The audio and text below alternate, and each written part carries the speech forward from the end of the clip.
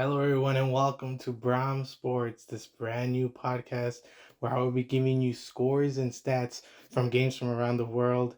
And this show is based on the 915, so I will have also scores and stats from the local teams here in El Paso, such as the El Paso Chihuahuas and the El Paso Locomotive FC, and other great teams here in the borderland. So, welcome to Bram Sportes. Let's get started.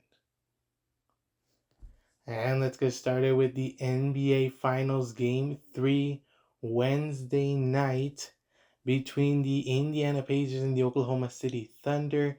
This series that is tied at 1. Great couple of games to start this series.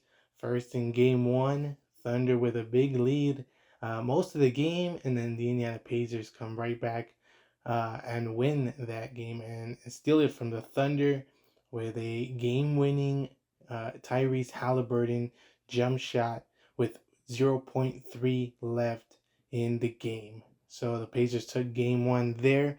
And in that game, Tyrese Halliburton had 14 points and 10 rebounds and followed up with 17 points and 6 assists in that game, too. However, in game two, you had the Oklahoma City Thunder come up on top. Dominant win for the Oklahoma City Thunder.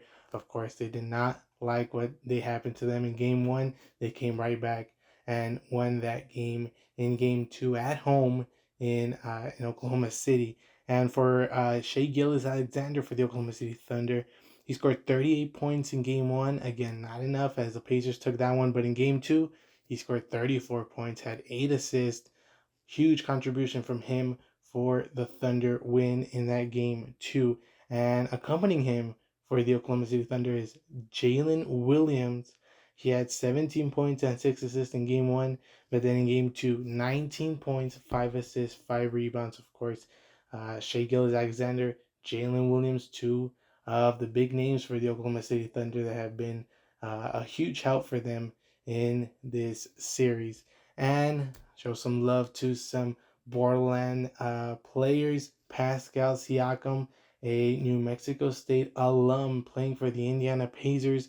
Pascal Siakam had 19 points and 10 rebounds in that game one win in the NBA Finals. And in game two, he had 15 points, 7 rebounds. So Pascal Siakam, along with Tyrese Halliburton, the big players for the Indiana Pacers so far in this series. Again, game three, Wednesday night in Indiana. And we also look at the NHL Stanley Cup final. Here it is game four between the Edmonton Oilers and the Florida Panthers. Game one featured a big game as the Edmonton Oilers won that game in overtime. It was a good game. And then game two did not disappoint either as the Florida Panthers won in double overtime. So a pair of good games to start this series. But then in game three, Florida Panthers just dominant as they defeated the Edmonton Oilers in Florida to win that game three in dominant fashion. Some players to watch in this series so far for the Florida Panthers. You got Brad Marchand. He's already had 3 goals in this series. Sam Bennett also from the Panthers.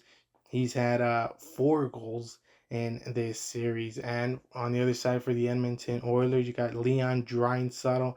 He scored 3 goals so far in this series. And for Evan Bouchard, his teammate there in Edmonton, he had 1 goal in game two, but then he's been a huge help for the Oilers as he had 4 assists so far in this series. So it's a good game. It's a good series right now in the NHL Stanley Cup Final. Florida up 2 games to 1. Game four Thursday night.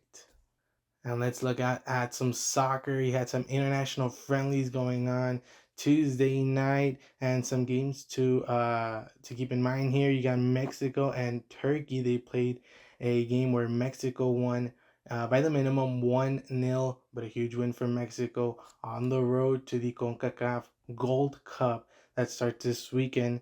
And the United States will also be participating in that tournament. Of course, they played an international friendly against Switzerland, but here, Switzerland, dominant fashion, 4-0 win over the United States. And all 4 goals were in the first half for Switzerland. So, the United States, some things to clean up for them prior to the start of the CONCACAF Gold Cup, and of course, next year's FIFA World Cup.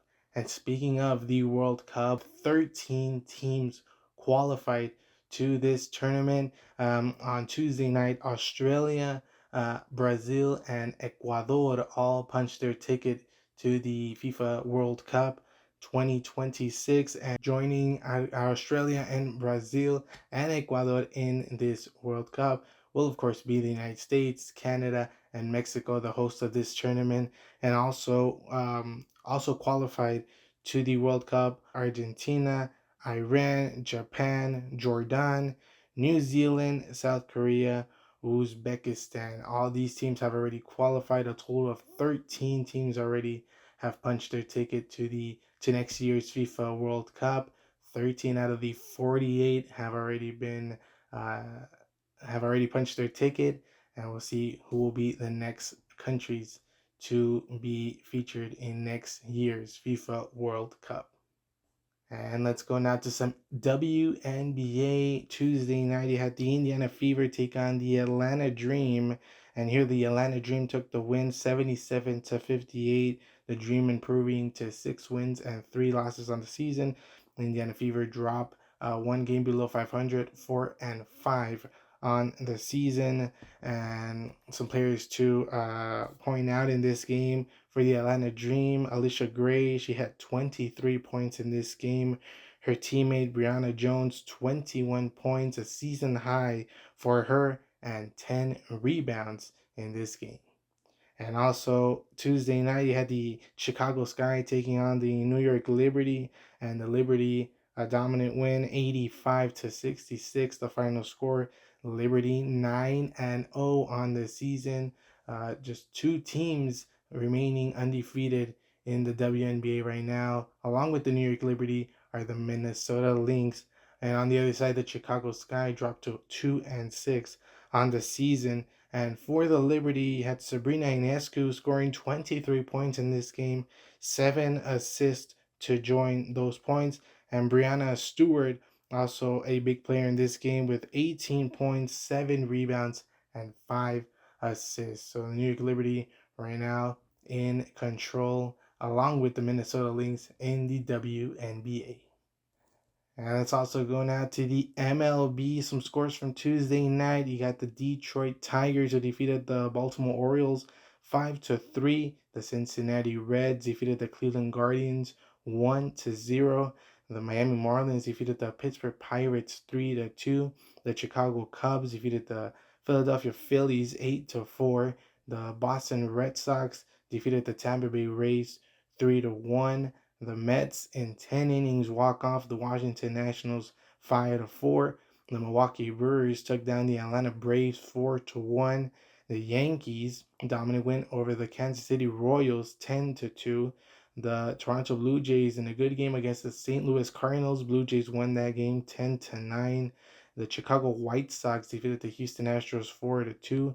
Texas, a big inning for them in this game against the Minnesota Twins, helped them win this game 16-4. The Giants, in comeback fashion, the ninth inning took down the Colorado Rockies 6-5. San Diego Padres all over the Dodgers Tuesday night, 11-1, the final score there. The Diamondbacks also a dominant win over the Seattle Mariners 10-3. And the Los Angeles Angels defeated the Athletics 2-1.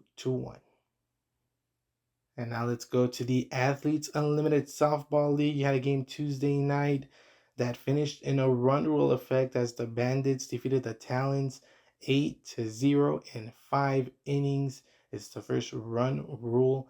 It's the first game that ends in a run rule in this season, the Athletes Unlimited Softball League.